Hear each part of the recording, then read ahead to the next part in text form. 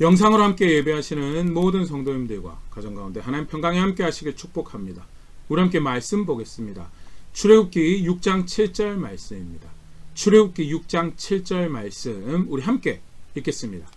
너희를 내 백성으로 삼고 나는 너희의 하나님이 되리니 나는 애굽 사람의 무거운 짐 밑에서 너희를 빼낸 너희의 하나님 여호와인 줄 너희가 알지라. 아멘. 이 말씀은 소위 10가지 재앙이라고 그러죠. 하나님께서 이스라엘 백성을 강한 능력으로 건져내시기에 앞서서 내가 반드시 그 일을 행할 것이다 라고 모세를 다시 격려하고 도전하시는 그 말씀 중에 한 부분인데요. 오늘 10가지 재앙 함께 살펴보면서 우리가 섬기고 있는 하나님, 그리고 그가 베푸신 구원, 또 그 구원의 은혜를 아는 백성이 살아가야 되는 마땅한 모습 간단하게 생각해본 시간 가지도록 하겠습니다.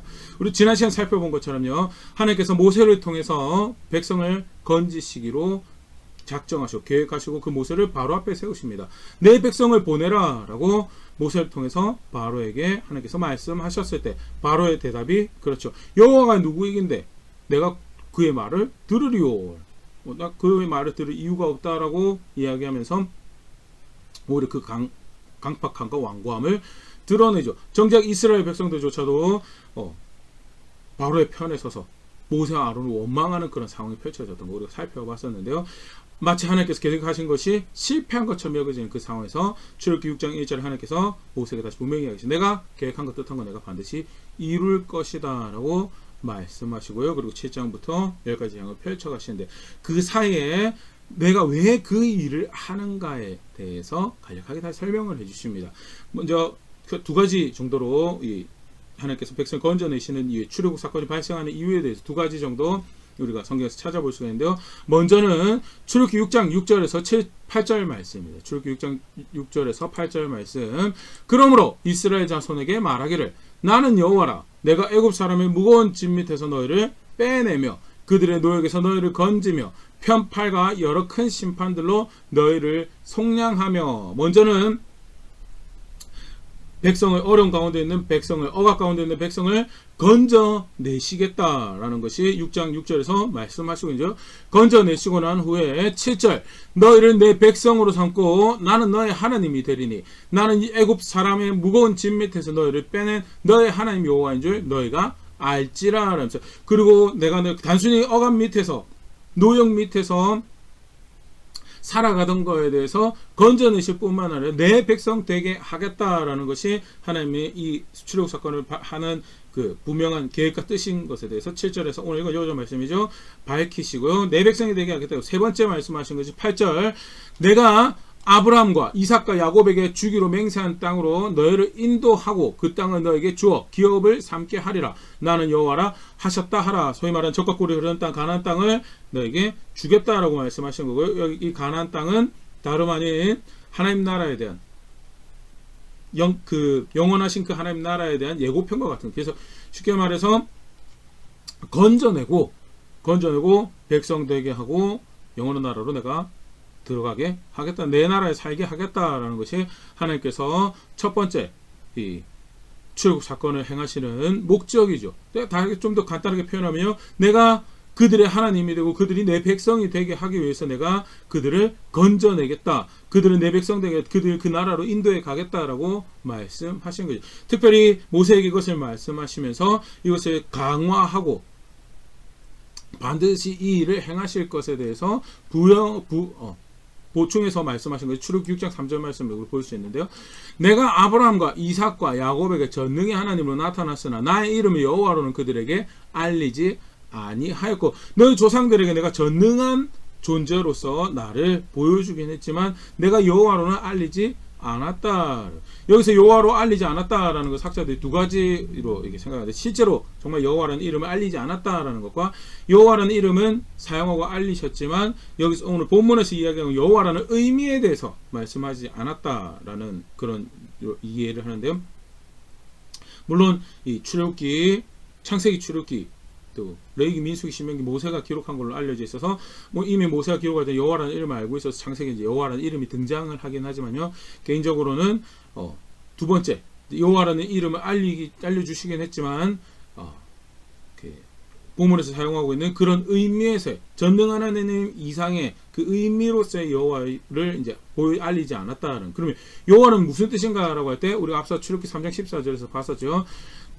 하나님이 모세에게 이르시되 나는 스스로 있는 자니라. 또 이르시되 너는 이스라엘 자손에게 이같이 이르기를 스스로 있는 자가 나를 너에게 보내셨다 하라라면서 여호와라는 이름 뜻은 스스로 있다라는 것과 가장 많이 밀접하다라고 학자들이 추정을 하는데요. 그러면 스스로 있다라는 자가 무슨 의미냐?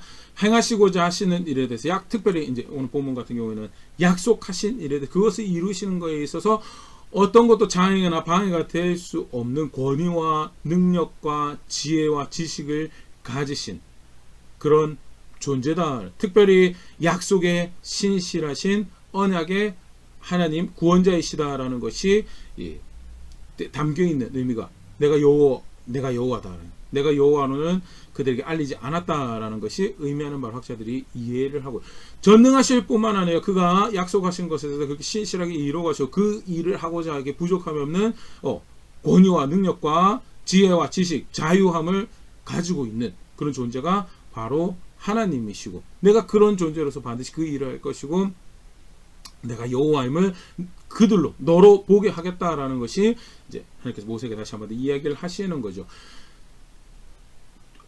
그 다음 하나님께서 이 출애굽 사건을 행하시는 목적 우리가 살펴보기 전에 하나 더 6장에서 보면요. 출애굽 6장 30절에 모세가 이 일에 대해서 나는 그렇게 바로 앞에서 그런 것을 말하고 하기가 쉽지 않습니다. 다시 이야기를 합니다. 출애굽 6장 30절 모세가 여호와 앞에서 아뢰되 나는 입이 둔한 자이오니 바로가 어찌 나의 말을 들으리까. 출애굽기 7장 1절 여호와께서 모세에게 이르시되 볼지어다 내가 너를 바로에게 신같이 되게 하였은즉 너의 형 아론은 너의 대언자가 되리니. 이러면서요. 내가 말이 둔한 자입니다 라고 내가 어떻게 이 말을 하고 바로 어떻게 내 말을 듣겠습니까 라고 할 때 하나님께서 아론과 함께 그 일을 하라라고 말씀하신 거 볼 수 있는데요.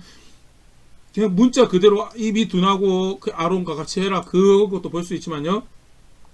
내가 이런 놀라운 일을 할 것이고 이것을 할 것에 대해서 바로 가서 이야기하라라고 할 때 모세가 하는 이야기가 입이 둔하다라고 나는 그런 일을 하기에 충분한 자가 아닙니다라고 이야기를 하는 거고요. 그럼 아론은 충분한가 그걸 이야기하려기보다는 전적으로 이 일이 하나님에 의한 것임에 대해서 다시 한번 분명히 확인하고 있는 그런 이야기가 성경에 다시 기록되어 있고요. 하나님께서 여호와 하나님으로서 권위와 능력과 그 어떤 것도 방해할 수 없는 그런 초월적인 존재로서 백성을 향한 약속을 이루시는 그 일을 행하시는데 그 목적이 뭐냐? 내가 그들의 백성 되게 해야 돼. 그래서 그들을 멍에서 건져 자유로운 걸로 끝난 것이 아니고 그로 내 백성 되게 하고 그걸 끝나는 게 아니고 내 나라에서 살게 하겠다. 첫 번째 출애굽 사건의 목적을 하나님께서 밝히시는 거. 두 번째 출애굽 사건의 목적을 밝히신 게 출애굽기 7장 4절 말씀입니다. 바로가 너의 말을 듣지 아니할 터인즉 내가 내 손을 애굽에 뻗쳐 여러 큰 심판을 내리고 내 군대 내 백성 이스라엘 자손을 그 땅에서 인도하여 낼지라. 바로가 마음을 강팍하고 완고하게 해서 하나님은 모세를 통해서 주시는 말씀을 듣지 않을 거에 대해서 하나님도 알고 계셨어요. 그런데 그 바로의 강팍함과 완고함을 통해서 무엇을 그 이집트 땅에 큰 심판을 내리고 7장 5절입니다. 내가 내 손을 애굽에 펼쳐서 이스라엘 자손을 그 땅에서 인도하여 낼 때야 애굽 사람이 나를 여호와인 줄 알리라 하시매 바로를 포함한 이집트 사람들이 이스라엘의 하나님이 여호와 하나님이시구나라는 것을 알도록 하겠다라는 것. 출애굽 사건을 행하시는 첫 번째 목적은 백성을 건져내서 하나님 백성 되게 하겠다라는 것이 첫 번째고, 두 번째는 내가 이 일을 통해서 내가 여호와인 줄 이집트로 알게 하겠다라는 것이 두 번째 목적이죠. 그럼 여호와 하나님을 아는 게 여기서 뭘까? 사실은 이름은 이미 모세와 바로가 만났기 때문에 이름은 알 거고 그걸 의미하는 거 그걸 이야기하는 게 아니죠. 여호와 하나님을 안다는, 특별히 이제 출애굽기 본문 안에서 바로 향해서 여호와 하나님을 내가 알도록 하기 위해서 이 일을 한다라고 할 때 그 안다라는 것은 출애굽기 10장 3절 말씀입니다. 모세와 아론이 바로에게 들어가서 그에게 이르되 히브리스 사람의 하나님 여호와께서 말씀하시기를 네가 어느 때까지 내 앞에서 겸비하지 아니하겠느냐? 내 백성을 보내라. 그들이 나를 섬길 것이라. 하나님 말씀 듣고 백성을 보내는 것이, 사실 백성을 여기서는 하는 말씀이 요구하는 것이 백성을 보내라는 것이기 때문에 그렇지만요, 분명 하나님께서 그들이 여호와인 줄 아는 것은 그가 진정 존중받아야 되고 섬김을 받아야 되는, 그의 말을 들어야 되는 참 신이구나 라는 것을 인정하고, 그래서 결국 순종하는 자, 그가 말씀하시는 명령을 따르는 자리에 이르는 것이 사실 여기서 이야기하는 하나님을 아는 거죠. 그렇게 두려워하고 존중해야 되는 분이고 내가 그의 말을 따라야 되는구나 라는 그 자리에 이르도록 하기 위해서 내가 이 사건을 펼친다라는 것이 출애굽 사건을 행하시는 하나님께서 두 번째 목적으로 성경에 소개하는 거고요. 그러면서 말씀하신 굉장히 흥미로운 말씀이 있습니다. 출애굽기 12장 12절 말씀인데요. 내가 그 밤에 애굽 땅에 두루 다니며 사람이나 짐승을 막론하고 애굽 땅에 있는 모든 처음 난 것을 다 치고 애굽의 모든 신을 내가 심판하리라. 나는 여호와라. 그래서 하나님께서 마지막 특별히 장자장을 하면서 사람이며 짐승이며 처음 난 거 내가 다 치겠다라고 하면서 그 사건이 동시에 뭘 의미하느냐, 애굽의 모든 신을 내가 심판하는 사건이다. 민수기 33장 4절에서도 사실 이제 그렇게 건진받고 난 다음에 다시 그 사건을 복귀하면서도 이렇게 표현합니다. 민수기 33장 4절, 애굽에는 여호와께서 그들 중에 치신 그 모든 장자를 장사하는 때라. 여호와께서 그들의 신들에게도 벌을 주셨더라. 그들의 신들에게도 벌을 주시는 사건이라고 표현되어지고 있는 정황 볼 수가 있고요. 먼저 1차적으로는 장자장을 하시기 전에, 장자장을 하시면서도 하시는 말씀이셨기 때문에 장자장만 신들을 치는 거였는가에 대해서 학자들은 사실은 10가지 재앙 전부 다 이집트가 소위 자신들의 구원이라고 생명을 믿고 있는 신들을 치시는, 그들이 얼마나 보잘것없는지 소망이 될 수가 없는지 보여주시는 사건이었다라고 그렇게 이해를 하고, 그래서 정점은 사실은 장자재앙이죠. 그러나 10가지 장 전부 다 사실 그들의 신을 벌하는 사건이었다라고 그렇게 이해를 합니다. 그러면 여기서 또 하나 조금 더, 그들의 신들을 벌하는 사건이라고 그러면 여호와 하나님이 소위 말하는 여러 다신교 그 신화처럼 그 중심에 주신이 여호와 하나님이 계시고 이런저런 다른 지방의 지역들의 문화에 따라서 다른 신들이 존재하는 건가, 그거를 의미하는 거. 이 본문은 그 이야기를 하고 있는 건가. 그래서 이집트에는 이집트 신들이 있고 여호와 하나님이 그 이집트 신에 대한 심판을, 진노를 내리시는 건가, 그걸 의미하는 건가. 근데 사실은 성경에 그걸 동일하고 있죠. 그런 이해, 그런 세계관에 대해서 지지를 하고 있지 않거든요. 두 가지 정도 신학 말씀을 보면 역대상 16장 26절의 말씀입니다. 다윗의 고백인데요. 만국의 모든 신은 헛것이나 여호와께서 하늘을 지으셨도다. 모든 신은 헛된 것이다. 쉽게 말해서 신이 아니다라는 거죠. 여호와께서는 홀로 하늘을, 세상을 만드신 분이시다라고 고백하고 있는 정황. 좀 더 이것을 구체적으로 이야기하는 것을 히스기야의 고백에서 우리가 볼 수 있는데, 이사야 37장 18절부터 19절 말씀입니다. 여호와여, 아수르의 왕들이 과연 열국과 그들의 땅을 황폐하게 하였고, 히스기야가 항복하라라는 편지를 받아들고 하나님 앞에서 하나님 이 일을 어떡합니까? 라고 하는 상황에서 하나님께 기도하는 대목에서 하는 얘기죠. 과연 아수르 왕들이 소위 주변에 있는 나라들의 땅을 황폐하게 만들고 점령하고 짓밟았습니다 라고 이야기하면서 그 다음에 뭐라고 해요? 19절에 그들의 신들을 불에 던졌사오나 이들은 신이 아니오, 신이 아니라 사람의 손으로 만든 것뿐이요 나무와 돌들이라. 그러므로 멸망을 당하였나이다 하면서 그들의 신들조차도 불에 던졌다라고, 자기가 믿는, 자기네들이 인정하는 종교가 아닌 이상은 불에 던져버린 그런 정황들을 우리가 여기서 유추해 볼 수 있고요. 그런데 히스기야가 거기서 뭐라고 이야기하냐면요, 사실 근데 그건 신이 아니고 사람의 손으로 만들어낸, 사람이 만드는, 자기 취향으로 만들어낸 거고 나무와 돌뿐입니다 라고 이야기하는 정황을 볼 수 있고, 이게 성경에서 말하는 신에 대한 이유. 우리가 창세부터 쭉 살펴왔지만요, 세상 하나님께서 시작하셨죠. 하나님께서 시작하시고 하나님께서 그럼 다른 신들도 만드셨는가? 사실 그렇지 않죠. 그렇게 이야기하고 있어요. 하나님께서 세상을 만드시고 유일한 신은 하나님이시고, 그러면 각자 신들이 존재하는 건 뭐냐? 좀 전에도 봤지만요, 사람이 손으로 만들어낸 거다. 그들과 관련된 여러 가지 신화나 전설은 뭐냐? 그것도 사람이 만들어낸 거다. 누구 취향으로? 자기네 이해를 쫓아, 자기네 취향을 쫓아. 그래서 신이 있는 것이 아니라 참 신은, 유일한 신은 하나님밖에 없고 나머지는 자기네들이 만들어낸 문화의 한 조각이다. 그건 신이 아니고 문화의 한 조각이다라는 거에 대해서 성경은 이야기하고, 그러면 우리 여기서 조금 궁금한 거 이렇게 좀 들을 수도 있습니다.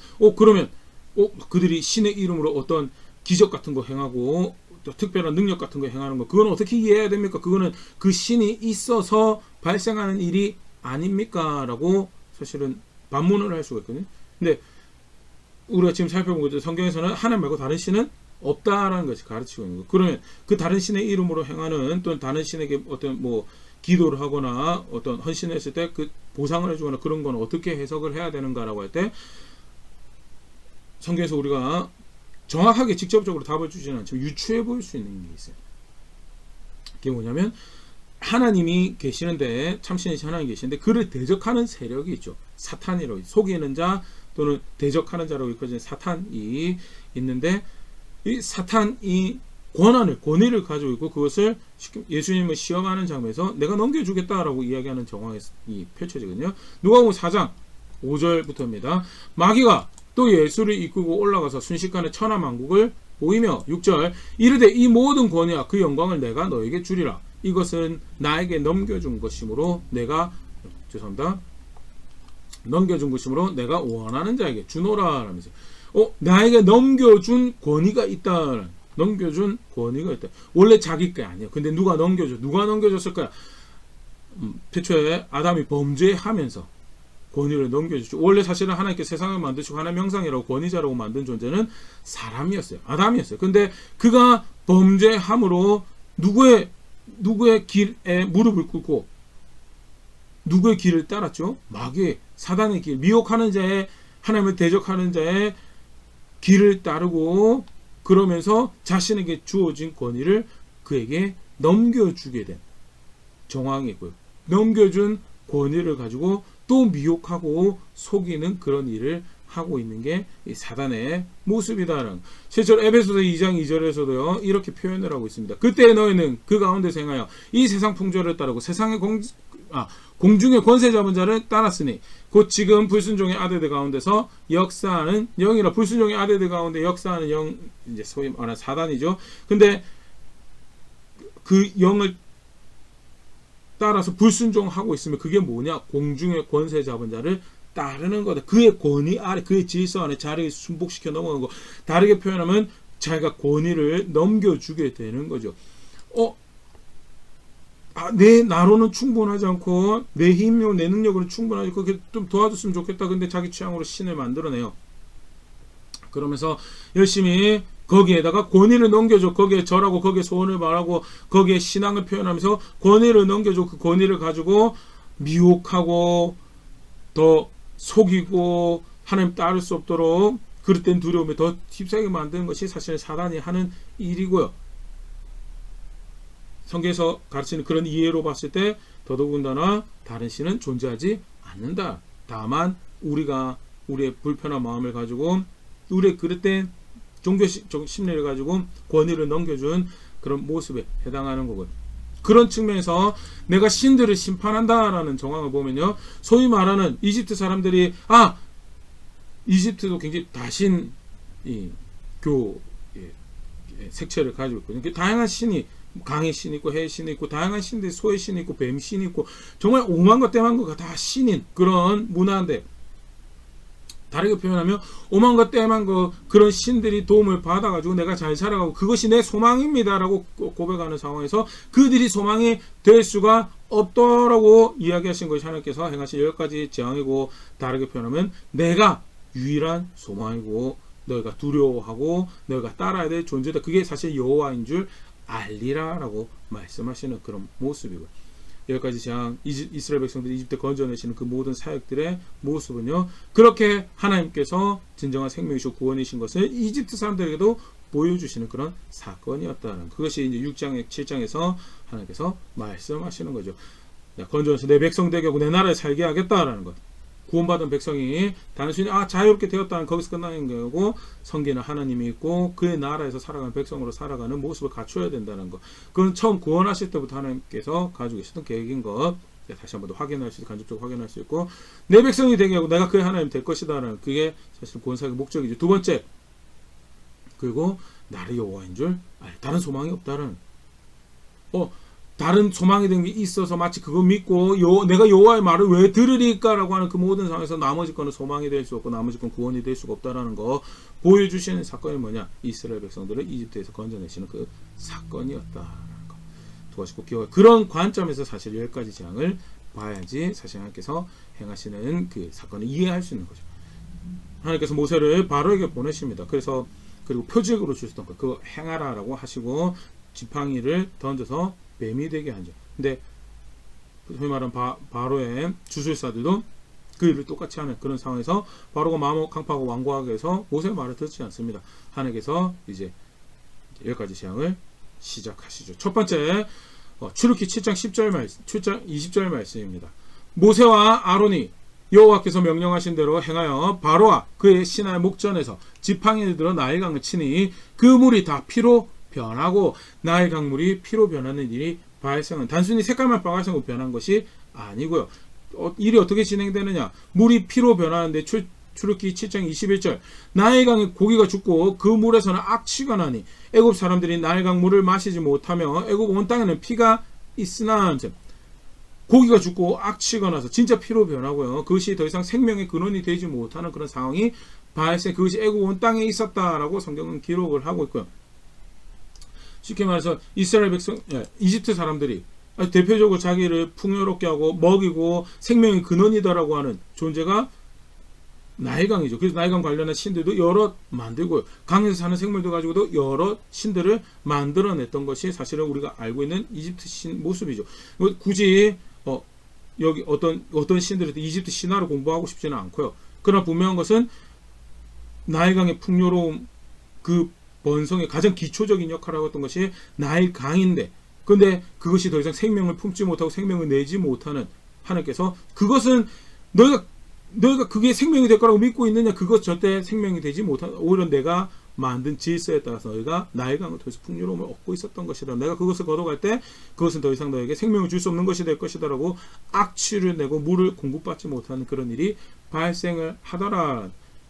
굉장히 사실 끔찍한 일이죠. 근데 22절 7장 22절입니다. 애굽의 요술사들도 자기들의 요술로 그와 같이 행함으로 바로의 마음이 완악하여 그들의 말을 듣지 아니하니 여호와의 말씀과 같더라 하는 자기 애굽 요술사도 어떤 걸 행했는지 잘 모르겠지만 분명한 것은 비슷한 걸 해요.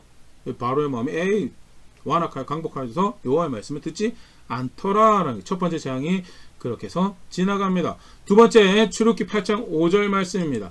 여호와께서 모세에게 이르시되 아론에게 명령하기를 내 지팡이를 잡고 내 팔을 강들과 운하들과 못 위에 펴서 개구리들이 애굽 땅에 올라오게 하라 할지니라 하면서 개구리가 소위 말 개구리 재앙이죠.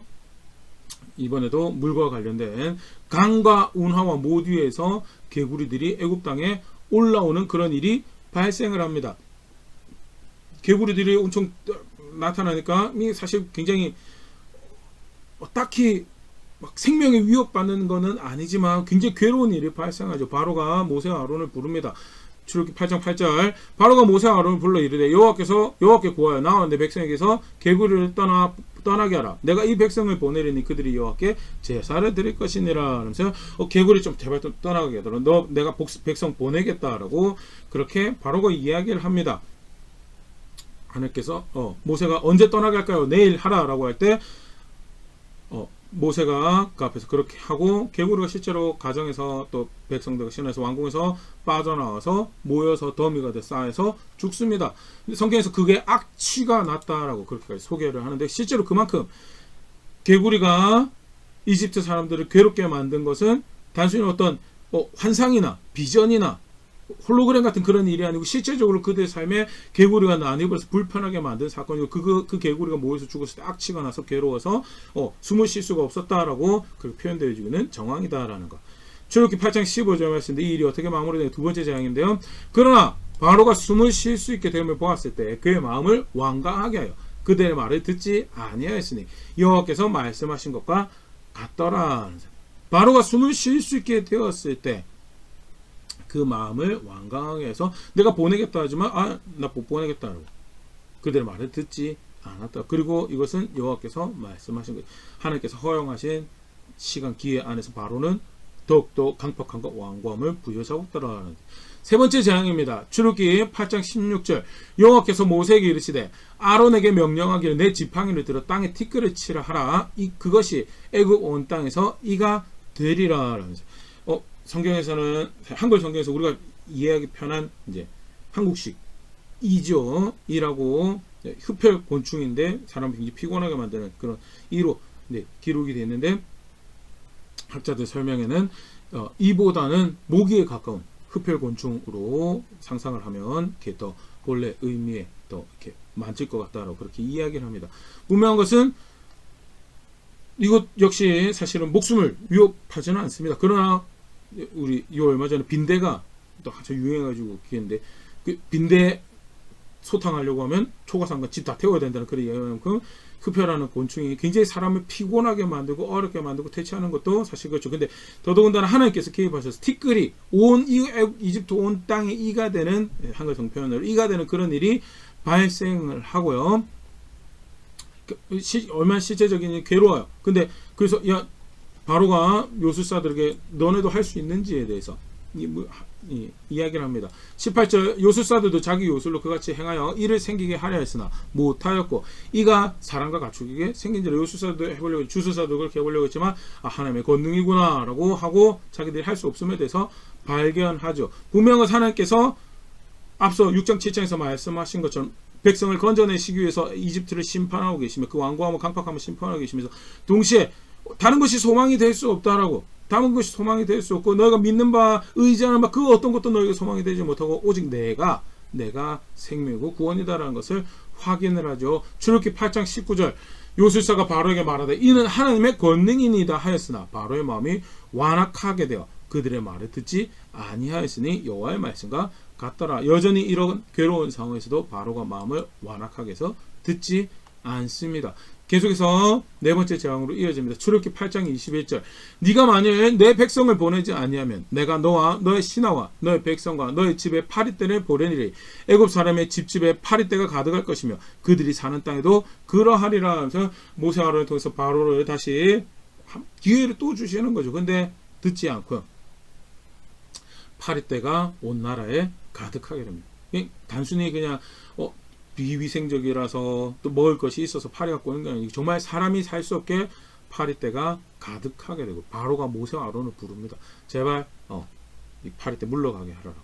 출애굽기 8장 25절 바로가 모세와 아론을 부르 이르되 너희는 가서 이 땅에서 너희 하나님께 제사를 드리라 하면서 멀리 가는 거 내가 못하고 중간에 이 정도 타협하자 하면서 파리떼 물러가게 해주고 대신에 내가 이 땅에서 여호와 하나님께 제사할 수 있게 해줄게 라고 그렇게 할 때 모세가 우리가 여호와 하나님을 제사하는 것은 이집트 사람들이 싫어하는 모습입니다 라고 학자들이 이런 표현에서 이집트는 이제 대대로 이렇게 다신교적인 성향을 가지고 있을 거예요. 그래서 하나님께서 원하시는 모습에 가축이 제물을 드린다거나 하는 이 모습이 사실 그들에게 거부감을 가지게 하는 그런 모습이 있을 거예요.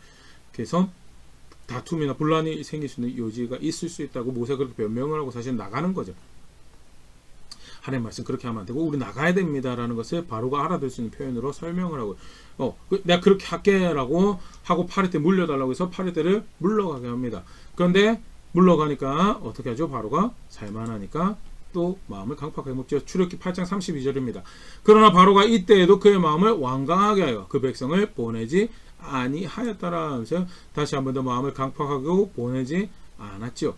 출애굽기 9장 3절 그 다음 재앙입니다. 다섯 번째 출애굽기 9장 3절 여호와의 손이 들에 있는 너의 가축 곧 말과 나귀와 낙타와 소와 양에게 더하리니 심한 돌림병이 있을 것이야. 가축을 치는 돌림병이 발생을 하게 하시죠. 가축을 치는 돌림병이 발생을 하게 하시고 실제로 그 일이 벌어지면 출애굽기 9장 6절 이튿날에 여호와께서 이 일을 행하시니 애굽의 모든 가축은 죽었으나 이스라엘 자손의 가축은 하나도 죽지 아니한지라. 애굽의 모든 가축이 병을 걸려 죽어가는 상황에서 이스라엘 자손의 가축은 하나도 죽지 않고 이것이 이스라엘이 섬기는 그들의 신이 하는 일이구나 라는 것에 대해서 이렇게 확인을 하시죠. 사실은 이제 단순히 개구리나 또는 모기, 해충 같은 그 정도 그냥 괴로운 정도로 끝나는 것이 아니고 파리가 생겨서 살아가는 것이 힘들어지고 돌림병이 생겨서 가축이 죽어나가는 실제적으로 더 삶의 위협이 되는 강도가 더 세지는 그런 정황들도 눈여겨볼 수 있으면 좋을 것 같고요.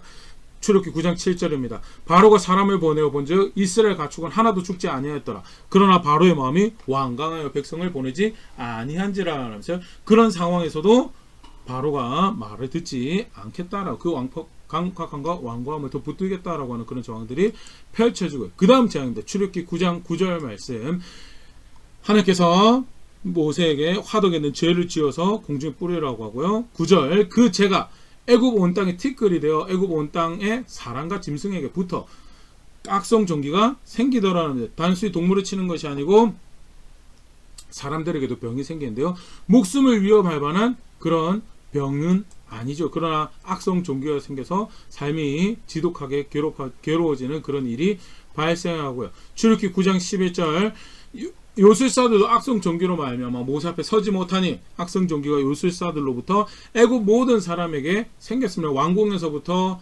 모든 사람에 이르기까지 하나님께서 치시는 그 피부병이 발생을 하여서 삶이 괴로워지는 일이 발생을 하고요. 그런데도 불구하고 12절 그러나 여호와께서 바로의 마음을 완악하게 하셨으므로 그들의 말을 듣지 아니하였으니 여전히 그럼에도 불구하고 바로가 말을 듣지 않더라라는 것.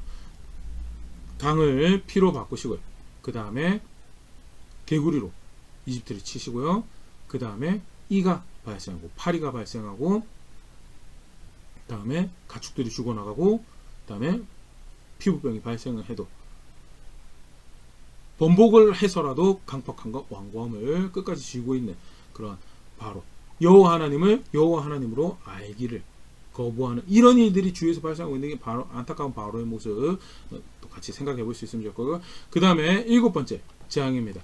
출애굽기 9장 23절 말씀인데요. 모세가 하늘을 향하여 지팡이를 들매 여호와께서 우레소리와 우박을 보내시고 불을 내려 땅에 달리게 하시니라. 여호와께서 우박을 애굽 땅에 내리시면서 우박을 불과 함께 하늘에서 내리시는 그런 일이 발생을 하고요. 출애굽기 9장 25절 우박이 애굽 온 땅에서 사람과 짐승을 막론하고 밭에 있는 모든 것을 쳤으며 우박이 또 밭의 모든 채소를 치고 들의 모든 나무를 꺾었으되 실제로 삶의 위협이 되는 일이 생명의 위협이 되는 일이 발생을 합니다. 직접적으로 사람과 가축이 우박에 의해서 상하는 것도 상하는 거지만요. 밭에 있는 먹을거리들이 몽땅 상처 있고 쓸 수가 없고 먹을 수가 없는 그런 일들이 발생을 하고요. 출애굽기 9장 34절입니다. 바로가 비와 우박과 우레소리가 그친 것을 보고 다시 범죄하여 마음을 완악하게 하니 그와 그의 신하가 꼭 같더라. 우박이 그쳤을 때 바로가 다시 마음을 강팍하게 하고 흥미로운 설명이 그와 그의 신하가 꼭 같더라. 여전히 이집트 왕이 동일한 마음으로 여호와 하나님을 인정하지 존중하지 않더라라는 것. 출애굽기 10장 12절 그 다음 제약입니다. 여호와께서 모세에게 이르시되 애굽 땅에 너의 손을 내밀어 메뚜기를 애굽 땅에서 올라오게 하여 우박에 상하지 아니한 밭의 모든 채소를 먹게 하라. 메뚜기 떼가 등장을 하죠. 우박으로 상하지 않은 채소를 먹어 치워서 더 이집트 사람들의 생명을 궁지로 몰고 갑니다. 아까도 이야기 드렸지만요. 심판의 강도가 내리시는 재앙의 강도가 갈수록 더 세져가는 정황 같이 볼 수 있으면 좋을 거고요. 출애굽기 10장 16절 17절 말씀입니다. 바로가 모세를 급히 불러 이르되 내가 너의 하나님 여호와 너에게 죄를 지었으니 굉장히 시급한 일이죠. 사실은 소위 말해서 우박이 내리고 나다 마음을 강팍하게 했던 것도 우리가 남은 게 좀 있다라는 그런 정황이고요. 그 남은 것마다 다 사그러졌을 때 바로 급히 모세와 아론을 부르는 정황 그렇게 보일 수 있을 것 같고요. 내가 잘못했다. 17절 바라건대 이번만 나의 죄를 용서하고 너의 하나님 여호와께 구하여 이 죽음만은 나에게서 떠나게 하라. 실제적으로 생명을 위협하는 일인 거에 대해서 바로도 인지를 했고 떠나게 해달라고 이제 내가 명령하도록 할 테니까 물려달라고 그렇게 이야기를 합니다. 근데 여기서도 다시 마음을 바꾸죠. 20절 그러나 여호와께서 바로의 마음을 완악하게 하셨으므로 이스라엘 자손을 보내지 아니하였더라. 이스라엘 바로의 마음을 완악하게 하셨다라는 거는 하나님께서 바로의 마음을 악하게 했다라는 것보다는 하나님께서 주시는 기회를 바로가 마음을 악하게 먹는 기회로 삼았다라는 그리고 하나님 그것은 여전히 하나님께서 허용하시는 그런 경우였다 그렇게 읽는 것이 사실 우리 이해하기 좀 더 쉬운 그런 표현이고 그것을 성경에서는 모든 것이 하나님께로 비롯되었다는 정황에서 이런 식으로 표현하고 있다는 것도 간접적으로 알고 있으면 정리해 두시면 좋을 것 같습니다. 그 다음에 9번째 재앙입니다. 출애굽기 20장 21절 여호와께서 모세에게 이르시되 하늘을 향하여 너의 손을 내밀어 애굽 땅 위에 흑암이 있게 하라. 곧 더듬을 만한 흑암이리라는 빛이 다 사라지고 어둠이 닥치는 더듬어야 될 만한 흑암이었다라 어둠이었다 빛이 일체 없는 그런 상황이 발생을 하고요. 23절 그동안은 사람들이 서로 보일 수 없으며 자기 처소에서 일어난 자가 없으되 곧 이스라엘 자손들이 거주하는 곳에는 빛이 있더라라면서 이 온 이집트 땅에 어둠이 내렸는데 흑암이 내렸는데 이스라엘 자손들이 거주하는 곳에 빛이 있었고 그래서 역시 이스라엘의 하나님 이렇게 우연한 사건이 아니라 이스라엘의 하나님이 그 여호와가 행하시는 일구나라는 것을 티를 내시죠. 확 티를 내시고요. 출애굽기 10장 28절 말씀입니다. 바로가 모세에게 이르되 너는 나를 떠나가고 스스로 삼가 다시 내 얼굴을 보지 말라. 네가 내 얼굴을 보는 날에는 죽으리라면서 강폭함에 극한을 내죠. 다시 내 앞에 나타나지 마라 라고 이야기하는 그런 상황이 펼쳐지고요. 마지막으로 장자재앙을 하나님께서 행하십니다. 출애굽기 12장 29절 말씀입니다.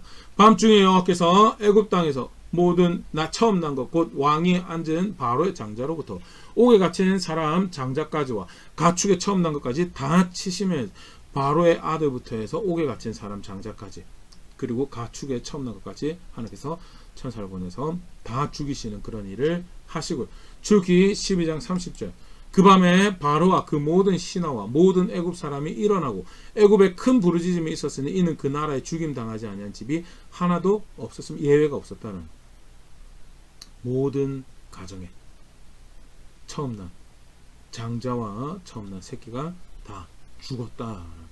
출애굽기 12장 31절입니다.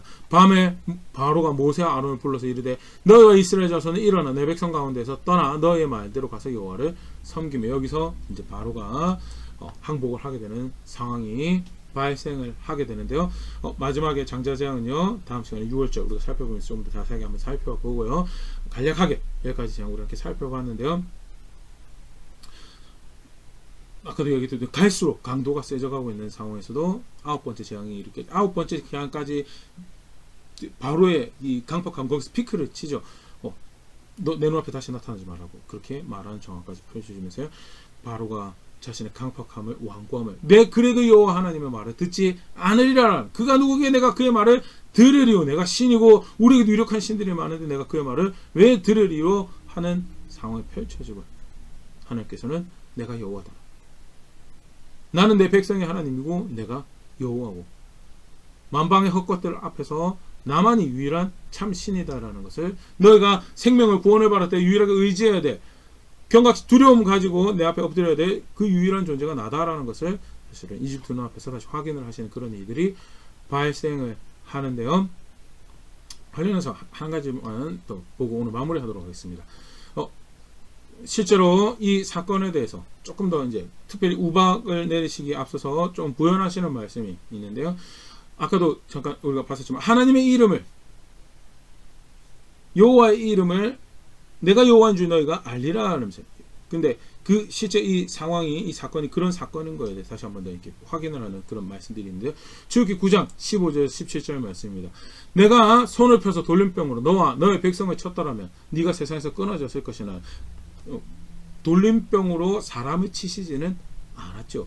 돌림병으로 가축을 치시고 피부병이 발생해서 괴롭게 하시는 일이 있었지만 생명을 건드리시지는 않았어요. 쉽게 말해서 여전히 하나님은 자비로운 분이시고 또다시 기회를 주시는 분이신 거에 대해서 내가 너 죽일 수 있지만 나 죽이지 않았다라고 그러면서 16절에 뭐라고 말씀하시냐 내가 너를 세웠으면 나의 능력을 너에게 보이고 내 이름이 온 천하에 전파되게 하려 하였음이니라 하면서 내가 너를 왕으로 삼고 너에게 권위를 부여한 것은 네가 나를 보고 내 이름이 전파되게 하기 그 일을 위해서 했다라고 그러면서 부연해서 하는 말씀이 그 이름을 인정하지 않는 바로의 모습에 대해 그걸 뭐라고 했냐 17절에 네가 여전히 내 백성 앞에서 교만하여 그들을 보내지 아니하느냐 하는 말씀을 듣지 않고 여호와가 누구에게 내가 그 말을 듣겠느냐라고 하는 그 모습이 그게 뭐냐 그게 결국 교만이다. 교만. 반대로 하나님을 아는 게 뭐냐 출애굽기 9장 20절 21절입니다. 바로의 신하 중에 여호와의 말씀을 두려워하는 자들은 그 종들과 가축을 집으로 피하여 드렸으나 여호와의 말씀을 마음에 두지 아니하는 사람은 그 종들과 가축을 들에 그대로 두었더라. 우박을 내리시기에 앞서서 모세를 통해서 경고를 하시죠. 그때 두려워하는 자는 그 말을 듣고 종들과 가축을 집으로 들이고, 반대로 두려워하지 않는 자는, 말씀을 마음에 두지 않는 자는 종과 가축을 그대로 두었다. 뭐가 하나님을 아는 거냐? 뭐가 여호와 하나님을 아는 거냐? 말씀을 두려워해 그것을 그대로 따른 자가 하나님을 아는 거고, 그게 여호와인 줄 아는 모습. 반대로 말씀을 아무리 들어도 그걸 따르지 않는 자는 그것을 하나님을 아는 것이 아니다라는 것. 다시 한번 생각해 보시는 그런 말씀들이 등장을 하는데요. 간단하게 10가지 함께 살펴봤는데요. 2가지 기억할 수 있으면 좋을 것 같습니다. 목적에서 분명히 말씀하시죠. 강을 피로 바꾸고 개구리가 등장을 하고 이가 등장을 하고 파리가 등장을 하고 가축에 돌림병이 생기고 악성 종기가 피부병이 생기고, 그런 정황들도 굉장히 흥미롭고 또 정말 하나님 위대하신 분인구나라는 걸 볼 수 있지만, 그것을 행하신 궁극적인 목적이 뭐였는가? 백성이 하나님 되기 위해서입니다. 저주에서 건져내서, 억압에서 건져내서 내 백성 되게 하고 내 나라에 가게 하겠다라는. 근데 사실은 아들 예수 그리스도를 보내셔서 교회에게 주신 하나님 놀라운 은혜가 그죠. 죄의 권세에서, 사망의 마귀의 저주에서 건져내어서 내 백성 되게 하고 하나님 나라 가게 하겠다라는 거. 하나님은 그런 분이시다. 과거에도 그러셨고 2000년 전에도 그러셨고 오늘도 그렇게 백성이 하나님이 되신 하나님께서 초청하시고 부르시고 인도하시는 그런 일들을 하시죠. 그 구원을 베푸시는 하나님이라 할 때 자유로운 것이 끝나지 않아요. 그 백성이 되는 거고요. 그 백성이 된 자를 어디로 끌어가세요? 영원한 나라로 이긴 데 가시고. 그게 구원을 베푸시는 하나님이시죠. 내가 예수 그리스도를 안다라고 할 때, 난 자유롭게 됐으면 내 마음대로 살 거라면, 그런 신앙은, 그런 이해는 존재하지 않아요. 자유롭게 됐으면 하나님 백성 되는 거예요. 하나님 백성 되었다라고 하면 영원한 나라 향한 여정을 걸어가는, 그게 구원하시는 하나님을 아는 거죠. 출애굽 사건에서 다시 한번 그런 사실, 하나님 어떻게 백성을, 왜 백성을 인도해 가시든 자유롭게 하기 위해서 단순히 그것만 존재하지 않습니다. 자유롭게 했으면 그럼 내 백성 되는 거고, 내 백성 됐으면 내 나라에 가는 겁니다. 사실 신약 백성 우리에게도 생각해 볼 만한 신앙에 대한, 구원에 대한 이해죠. 하나님 어떤 분이신지, 실제로 그 일을 이루신 놀라우신 하나님 감격한다면 그가 세우신 목적에 따라서 벌어질 일들을 기대하고 그에 따라가는 게 사실은 그게 신앙이다라는 부분. 더불어서 하나 더, 하나님께서 그런 구원의 사역을 행하시는 목적은요, 내가 여호와인지, 내가 구원, 다른 소망, 다른 근거가, 다른 신뢰할 만한 것이 없다는.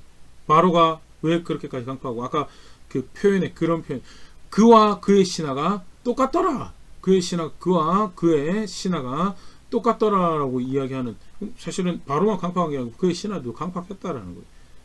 물론 이 이집트가 망하게 되는데 그거 알지 못합니까? 라고 양심적으로 절규하는 한쪽 사람들도 있었지만, 그의 신하, 그와 그의 신하가 강팍했다.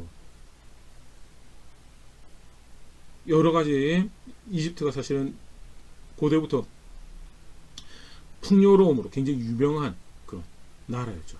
그래서 목축을 하는 나라에 비해서는 모여서 함께 농사하고, 그래서 도시가 일찍 발전하고 문화도 더 이렇게 주변에 비해서 앞선 그런 문화를 누렸던 그런 나라로 알려져 있는데요. 그만큼 사실은 누리고 있는, 다르게 표현하면 삶에서 여호와를 말고 굳이 다른 것을 신뢰하고 그것이 정말 힘이 되는 것처럼 그렇게 스스로 속이고 살아가시는 여러 가지 요지들이 있었다는. 그럼에도 불구하고 정작 일이 이렇게 되니까 누가 진짜 구원이고 누가 진짜 생명이 되네. 여호와는 신뢰하고 있던 다른 소망은 사실은 절대 소망이 될 수 없다라는 것. 하나님 그들이 치실 때야 비로소 확인되고, 그들이 의뢰하는 바를 하나씩 그 허물을 벗겨가 더 확인되는 그런 정황. 근데 우리에게 다시 분명히 확인하죠. 백성이 하나님 구원을 베푸시는 하나님. 네, 그가 그거 말고 다른 구원은 없더라. 다른 소망, 유일하게 신뢰할 수 있는 대상은 여호와 하나님밖에 없더라. 다른 거 신뢰하고 다른 거 의뢰하면요, 결국 어떤 자리로 가게 되는가? 다 순종할 수 없게 되더라. 그가 말씀하신 거에 대해서 그가 아무리 말씀하셔도 제가 당신 구원의 하나님과 아는데 이 상황에서는 내가 이게 구원인 거, 이게 성공인 것 같습니다. 그렇게 하는 일들이 발생할 수밖에 없고요. 사실은 그러면 나쁜 놈, 못된 놈, 이상한 놈이라고 생각했던 그 바로의 강팍함과 완고함이 결국 내 모습이 되어버릴 수밖에 없다는 상황입니다. 두 가지 상황 다시 한 번 더 말씀하셔서 꼭 기억할 수 있으면 좋을 거고, 나는 내가 무엇을 믿는다라고 고백하고 살아왔던가, 내가 고백하는 신앙들은, 내 삶의 모습들은 과연 어떤 신앙을 고백하고 여호와 하나님 내가 어떻게 알고 존중하고 있었음을 고백하고 살았던가, 다시 한번 정확하게 돌아볼 수 있으면 좋을 것 같고요. 그가 구원이신 거 안다라면, 놀랍게도 저주에서 건져내시고 억압에서 건져내시고 백성 되게 하시고 그의 나라를 인도하신 그 구원에 하는 것을 안다면,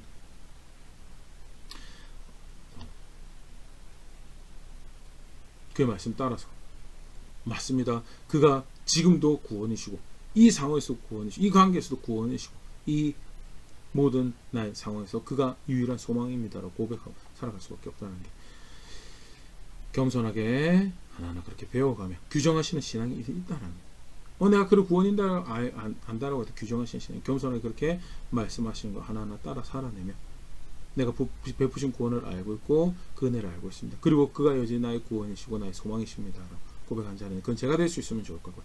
그렇게 함께 성숙해져가는 교회, 우리 될 수 있으면 좋을 것 같습니다.